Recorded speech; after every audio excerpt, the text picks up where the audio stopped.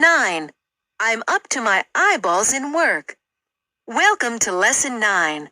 I'm up to my eyeballs in work. In this lesson, you'll hear Brad, a college student, read over the letter he has just written to his parents. Listen to the letter and see if you understand all of the idioms that are used. Dear Mom and Dad, how are you? It's the end of the semester and I'm really under the gun. I'm up to my eyeballs in work. The amount of reading my professors assign is ridiculous, and as you know, I thought I'd try my hand at a new sport and joined the university's rowing team this semester. With that decision, I may have bitten off more than I can chew. Between school, my job, and that, the only time I find to study is late at night. I'm burning the midnight oil 6 days out of 7. And even though I've really buckled down and begun to study, I'm still not finding the time to get everything done. What else? Oh, my old computer finally bit the dust. What a pain in the neck, right at the end of the semester. It really puts me between a rock and a hard place. I try to use the computers in the library, but it's only open until 11 p.m.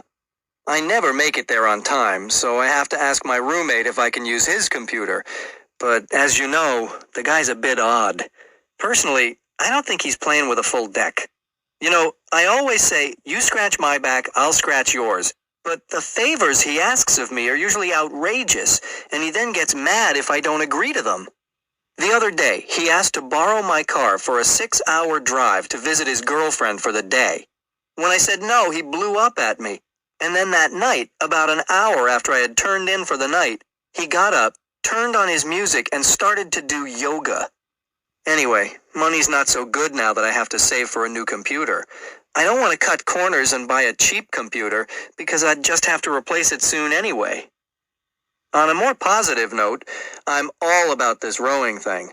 I wanted to be on the competition team next semester, but thought I didn't have a prayer, since for most of the guys on that team, rowing is old hat.